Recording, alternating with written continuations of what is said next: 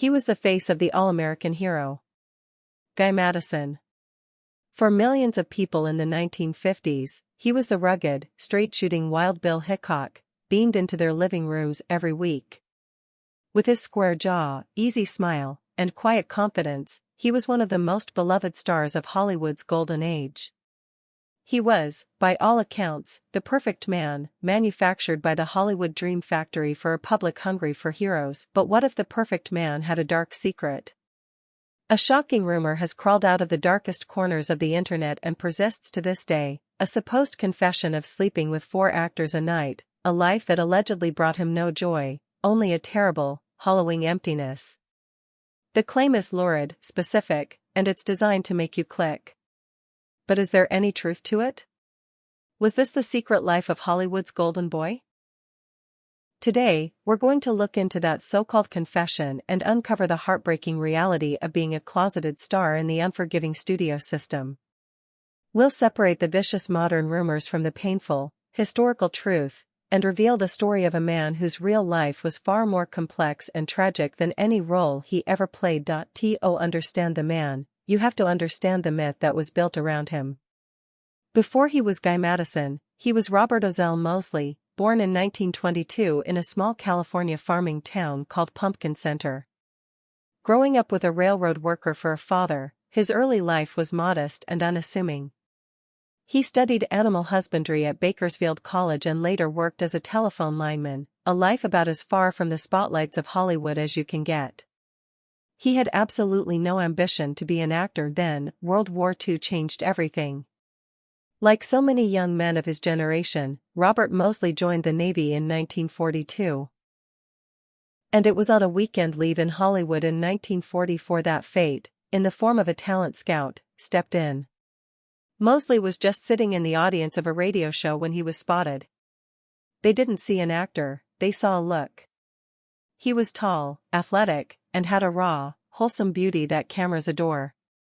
The scout worked for a man named Henry Wilson, the now infamous talent chief for David O. Selznick's new studio. Wilson, a master at manufacturing stars, saw pure potential.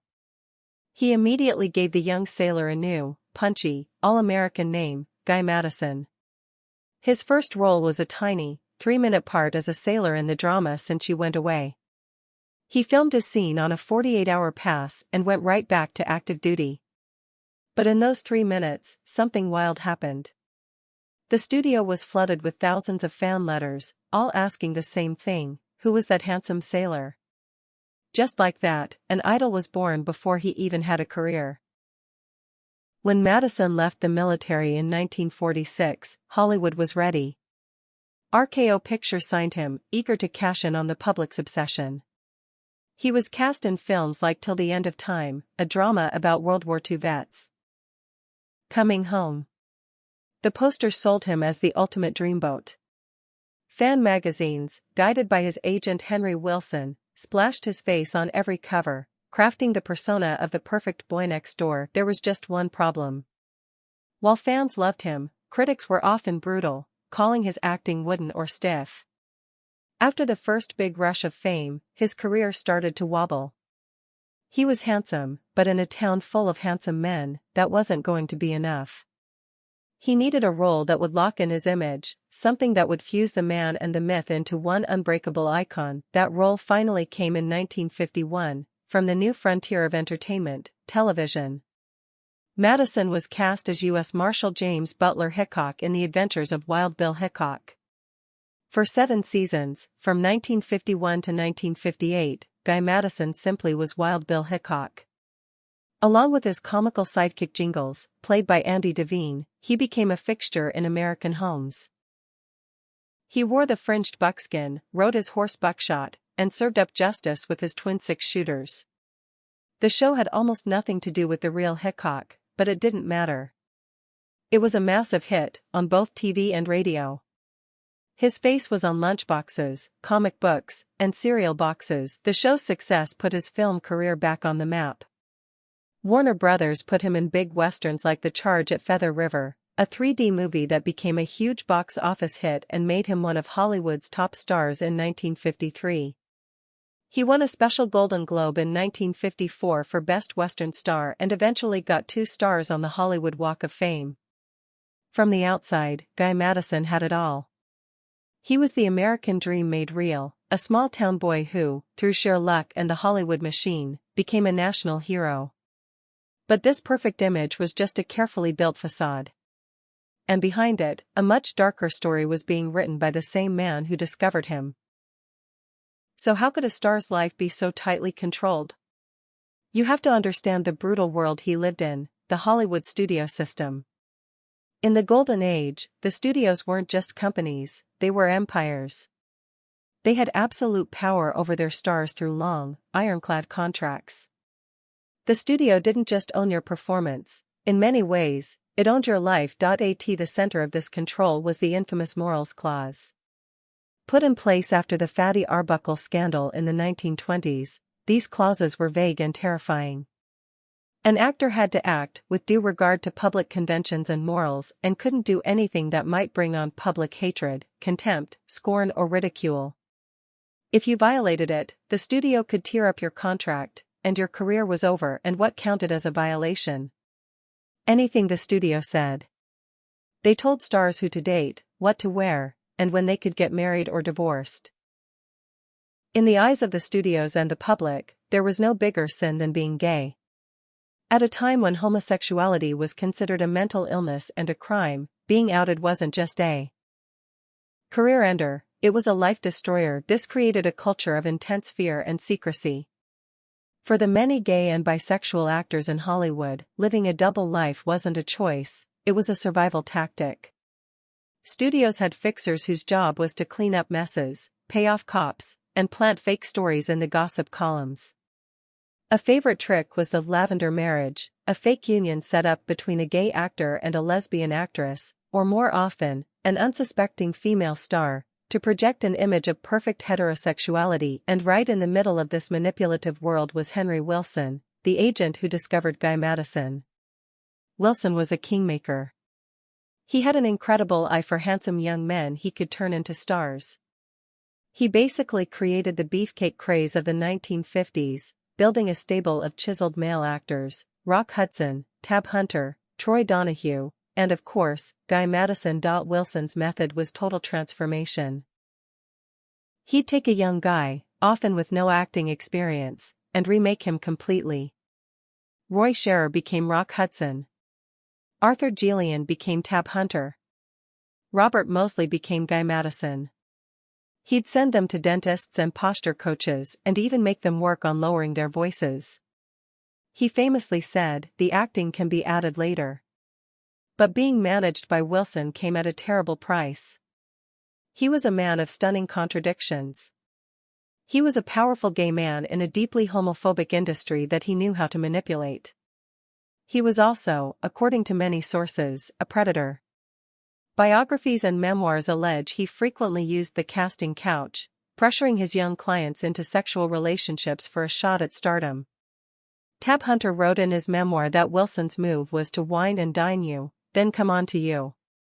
Hunter said he refused, but made it clear not everyone did. Wilson controlled his clients with an iron fist.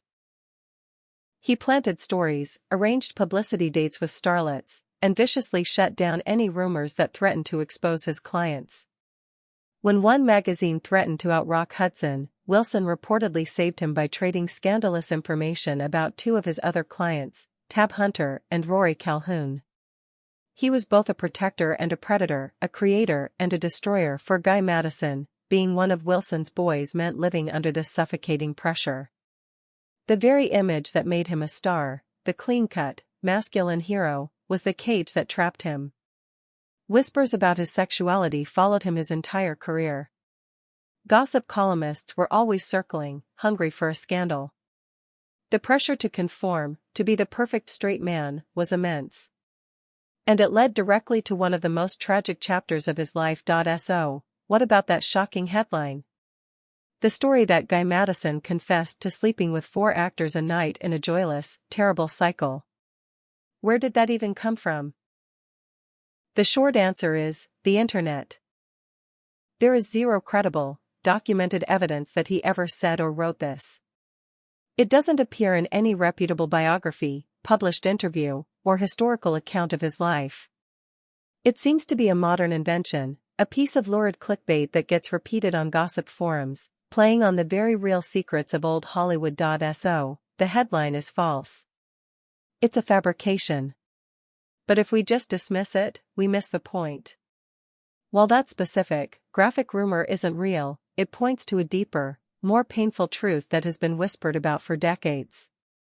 The story behind the rumor isn't about promiscuity, it's about profound loneliness and repression. The truth is, Guy Madison's life was full of secrets. Despite his public image, the whispers that he was gay were persistent. His agent, Henry Wilson, was constantly putting out fires to keep these rumors under control. By the late 1940s, the pressure from Wilson and the studio for Madison to present a stable, straight image became overwhelming. The solution was a classic Hollywood move, marriage. This is where the speculation about Madison's private life gets a lot louder, though it's still based on stories and not hard proof. Posthumous accounts and some online videos, often claiming to have access to unpublished memoirs or private letters, allege that Madison did have secret romantic relationships with other men in Hollywood. These stories have linked him to some of the most famous closeted stars of the era. It's critical to state that these specific relationships are not confirmed by primary sources. They exist as part of the secret lore of gay Hollywood, a history that was forced so far underground it can only be pieced together now through second-hand accounts. One video presents these alleged connections not as sordid affairs, but as moments of genuine connection in a world that denied their right to exist. Whether these relationships happened exactly as described is impossible to truly know. What is undeniable is the environment of fear these stories describe. The emotional toll of this hidden life was immense. Any dating wasn't public, it was furtive, cautious, and coded. It would have consisted of stolen moments, quiet conversations, and the shared weight of a secret that could destroy them all. This is the terrible reality that the sensationalist 4 actors a night rumor totally misses. The tragedy wasn't a string of empty encounters. The tragedy was the constant anxiety, the crushing loneliness, and the inability to live and love openly. That pressure to keep up the facade was relentless, and it pushed Madison into a marriage that would become its own kind of public scandal and private disaster. In 1949, with the pressure mounting to solidify his straight image, Guy Madison married actress Gail Russell. To the public, they looked like a dream couple, the handsome Western hero and the beautiful, delicate actress.